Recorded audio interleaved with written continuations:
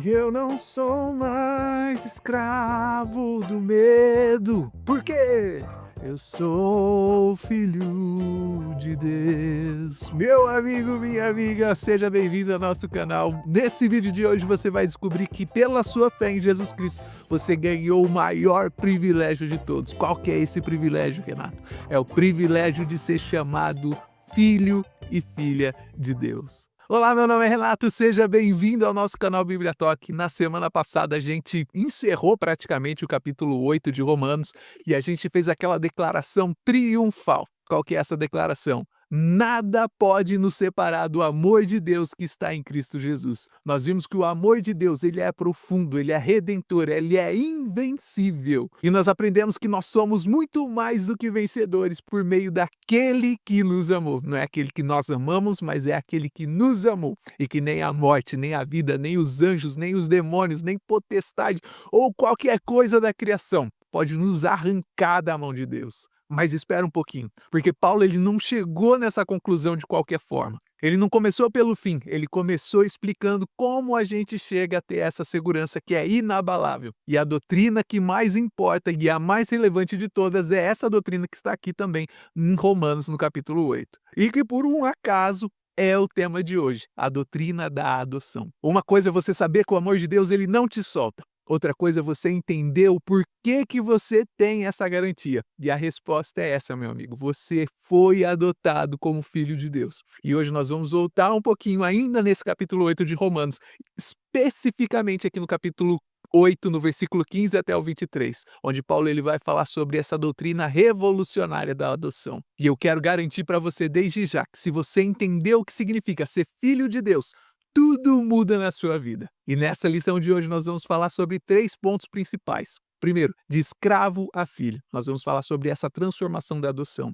Segundo, herdeiros de Deus. Nós vamos falar sobre o privilégio dessa filiação. E por último, mas não menos importante, em terceiro lugar, nós vamos falar sobre o sofrimento presente e a glória futura. A esperança não falha. Qual a esperança? A esperança no nosso Deus. Então, se você ainda não é inscrito no nosso canal, clica aqui embaixo, já se inscreve, ativa o sininho, porque toda semana, eu disse toda semana, tem conteúdo novo aqui no nosso canal. E se esse estudo de hoje abençoar a sua vida, eu quero te pedir encarecidamente. É a única coisa que você pode fazer pelo nosso canal. Compartilha com alguém que precisa ouvir isso também. Já pega a sua Bíblia, abre lá em Romanos capítulo 8, a partir do versículo 15, e vamos para o nosso vídeo de hoje. Porque vocês não receberam um espírito que os escravize, para novamente temerem, mas receberam o espírito que os adota como filhos, por meio do qual clamamos, Abba, Pai. O próprio Espírito testemunha ao nosso espírito que somos filhos de Deus. Se somos filhos, então somos herdeiros, herdeiros de Deus e co-herdeiros com Cristo, se de fato participamos do seu sofrimento, para que também participemos da sua glória. Bom, um versículo muito poderoso. Vamos tentar entender melhor o que esses versículos estão tentando dizer aqui pra gente. Uma coisa que a gente pode dizer é: Deus ele não apenas nos perdoa, ele não perdoa apenas os nossos pecados, os meus erros, os seus erros, os nossos deslizes, ele nos adota.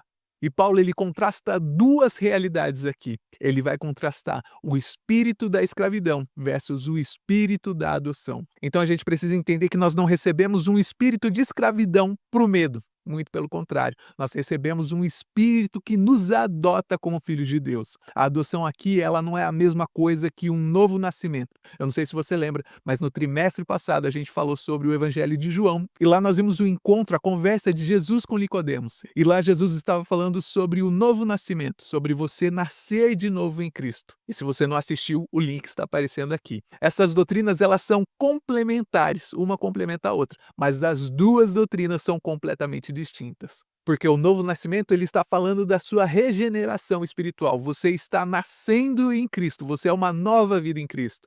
Já a adoção ela vai falar sobre a nossa posição legal, jurídica diante de Deus. Porque na adoção, Deus ele nos coloca na sua própria família, com todos os direitos que um filho tem. E é legal que a palavra que Paulo vai usar aqui é hiutésia. Eu não sei se essa é a palavra, a pronúncia certa do grego, mas eu estou praticando e no próximo semestre na faculdade eu vou ter aula especial de grego. Então, eu espero que minha pronúncia não esteja muito ruim, mas essa palavra significa literalmente você ser colocado, colocação como filho. Então, no contexto romano, isso era extremamente sério. Então, quando um pai ele adotava um filho, 4 coisas aconteciam. Quais são essas 4 coisas? Primeiro, o filho adotivo, ele ganhava todos os direitos de um filho biológico. Então esse filho adotivo não era um filho de segunda classe. Em segundo lugar, ele se tornava herdeiro legal dos bens desse pai adotivo. Em terceiro lugar, todas as dívidas, todas as obrigações, todos os vínculos anteriores eram legalmente apagados. Era como se essa pessoa que tivesse sido adotada, essa criança talvez, era como se ela tivesse ganhado uma vida completamente do zero. E em quarto lugar, aos olhos da lei, era como se aquela criança ou aquela pessoa que tivesse sido adotada, porque eles poderiam adotar pessoas em qualquer idade, não somente crianças. E aquela pessoa, aos olhos da lei, era absolutamente filho daquele pai que o adotou. Então olha só que panorama maravilhoso a gente tem aqui. Quando você aceita Jesus como seu Salvador, Deus ele não só perdoa os teus pecados, ele bate nas suas costas e fala: "Você está ok". Ele te adota, ele faz de você parte da família dele. Então, as tuas dívidas são canceladas, as suas dívidas espirituais, elas foram quitadas e a sua identidade, o que que acontece? É completamente renovada em Cristo Jesus. Você não é mais um escravo do pecado. Você não precisa mais viver aprisionado achando que Deus ele está esperando bravo para castigar você. Você agora pode se achegar a ele, você pode se aproximar de Deus e chamar Abba Pai. Eu não sei você, mas quando eu estou falando com meu pai, eu sempre me refiro a ele como Senhor, não porque eu tenho medo dele, mas porque eu tenho respeito por ele. E essa palavra Abba que Paulo vai falar aqui, ela captura exatamente essa essência de intimidade e respeito. E aí você pode me perguntar, mas Renato, como que acontece? Quem opera essa adoção em nós? E eu quero te responder, é o próprio Espírito Santo. Ele não apenas nos dá uma nova posição, mas ele também nos capacita para viver como filhos de Deus. Ele nos guia, ele nos ensina, ele nos transforma a cada dia nessa nossa caminhada com Cristo. Então o Espírito Santo ele não apenas te convence do pecado, ele testifica no teu espírito. Se você vê lá no versículo 16, ele diz que o próprio Espírito testemunha no nosso espírito que nós somos filhos de Deus. Você entende esse privilégio? A gente não precisa ficar mais duvidando se nós somos filhos de Deus ou não. O próprio Espírito Santo ele dá testemunho interno, confirmando no fundo do nosso coração que nós pertencemos a Deus. Sabe quando você está orando e sente uma paz que é inexplicável? Quando você está lendo a palavra de Deus e aquelas palavras ecoam na sua alma? Ou quando você está passando por uma dificuldade no meio das suas lágrimas e você tem dentro do seu coração a certeza inabalável que Deus ele não te abandonou? Isso é o Espírito Santo testificando que você é um filho de Deus. Você consegue ver isso? Que coisa maravilhosa. Só que Paulo ele não vai parar por aí. Paulo ele vai fazer um salto lógico que é incrível aqui no versículo 17. Ele vai falar: somos filhos, então somos herdeiros de Deus e co-herdeiros com Cristo. Você consegue entender isso? Se você é filho de Deus, você é herdeiro de Deus. Mas não é só isso, você também é co-herdeiro com Cristo. Então, se você prestar bem atenção no que a gente está falando aqui, a gente vai perceber que a nossa herança ela não é uma coisa, não são bens, não é dinheiro, não é nada disso. A nossa herança é uma pessoa. E Paulo aqui está dizendo algo que é revolucionário quando ele está dizendo esse versículo. Porque todos os filhos de Deus herdam tudo que pertence a Deus. Então, não é como se essa herança ela fosse fracionada, ela é compartilhada com todos os herdeiros e com Cristo. Hebreus capítulo 1, no versículo 2, descreve Jesus assim: quem constituiu o herdeiro de todas as coisas. Então Jesus ele é o herdeiro de todas as coisas. Jesus ele é o herdeiro universal. E nós, o que nós somos? Nós somos co-herdeiros com ele. E o que isso significa na nossa vida prática? Isso significa que tudo que Deus preparou para o seu povo, o que são as coisas que ele preparou? A paz, a alegria, o propósito, a vida eterna, novos céus, nova terra, tudo isso é nosso também. Então você não vai ficar do lado de fora olhando pela janela. Você está dentro dessa família, dentro da família de Deus. Então a nossa herança suprema é o próprio Deus. O salmista vai dizer em Salmo 73, verso 25 e 26: quem mais tenho no céu? Não há outro em quem eu me compraza na terra. Deus é a minha herança para sempre. E Paulo ele também vai descrever isso lá em Efésios, no capítulo 1, do versículo 13 e 14, que diz assim: quando vocês ouvirem e crerem na palavra da verdade, o evangelho que os salvou, vocês foram selados em Cristo com o Espírito Santo da promessa, que é a garantia da vossa herança. Então o Espírito Santo é a nossa garantia. Ele é a garantia que eu e você nós precisamos para receber, para crer que nós vamos receber essa herança completa.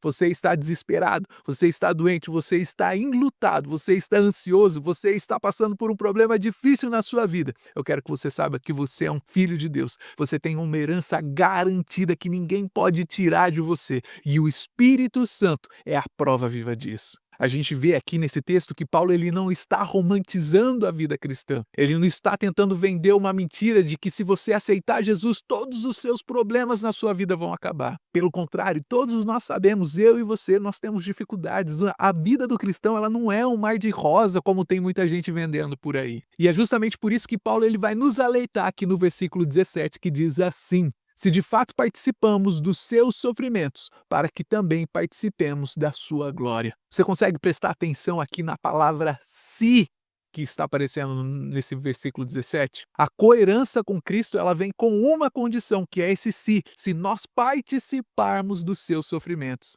Mas é interessante perceber que não é um sofrimento só por sofrer. É um sofrimento com Cristo, um sofrimento por Cristo. É carregar a sua cruz todos os dias, é enfrentar a oposição por causa do evangelho, é negar a si mesmo para poder estar com Cristo. Então primeiro vem o sofrimento, depois vem a glória. E essa é justamente a ordem cronológica que nós vemos na vida de Jesus Cristo. Jesus ele sofreu na cruz do Calvário. Para quê? Para ser exaltado. E nós como cordeiros dele, nós participamos do seu sofrimento para que também participemos da sua glória eterna.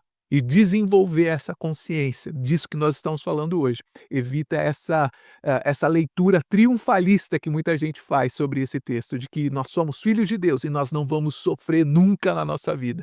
Nós somos filhos de Deus sim, mas nós sofremos na nossa vida. Mas nós sofremos com esperança, sabendo que o nosso futuro eterno está garantido através do sacrifício de Jesus na cruz. E o que a Bíblia diz aqui em Romanos, no capítulo 8, no versículo 18 a 23? Ele diz assim: considero que os nossos sofrimentos atuais não podem ser comparados com a glória que em nós será revelada. A natureza criada aguarda com grande expectativa que os filhos de Deus sejam revelados. Então Paulo está dizendo aqui que toda a criação, o universo inteiro está esperando pela manifestação, está esperando ansiosamente a manifestação dos filhos de Deus. Se você assistiu o nosso curso sobre o livro de Gênesis, você vai entender que toda a natureza ela foi afetada pela queda do homem, mas ela também será restaurada quando nós formos glorificados em Cristo. E no versículo 23 diz assim: e não apenas a natureza criada, mas nós mesmos, que temos os primeiros frutos do Espírito,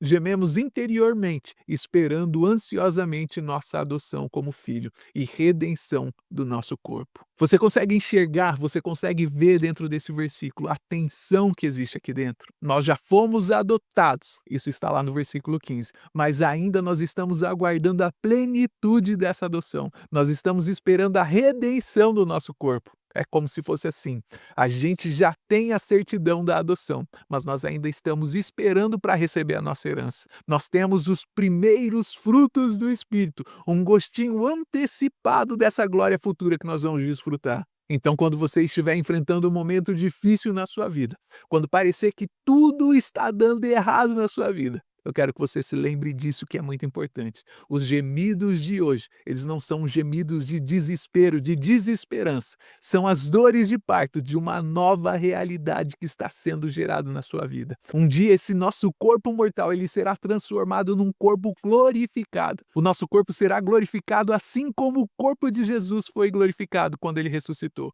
Um dia não haverá mais choro, não haverá mais luto, não haverá mais dor, conforme está escrito lá em Romanos 21:4. Um dia nós veremos Deus face a face, um dia nós viveremos na presença dele. E eu quero te dizer que se você é um filho de Deus, se você é uma filha de Deus, esse futuro glorioso está garantido, está decretado, está selado pelo próprio Deus. E essa esperança não é uma ilusão frágil que a gente tem, mas é uma âncora firme que ancora a nossa alma, conforme nós vemos em Hebreus capítulo 6, no versículo 19. Então é por causa disso que eu quero te dizer que você pode enfrentar qualquer tempestade no dia de hoje, porque no final dessa história, você já venceu, você já é um filho de Deus. Você já foi adotado por esse Deus. Você já entregou a sua vida a Jesus e recebeu o espírito da adoção na sua vida. Porque essa doutrina que nós estamos estudando hoje, ela não é uma doutrina abstrata, ela é uma realidade que muda completamente tudo na sua vida. Sabe por quê? Porque ou você é filho de Deus, ou você não é.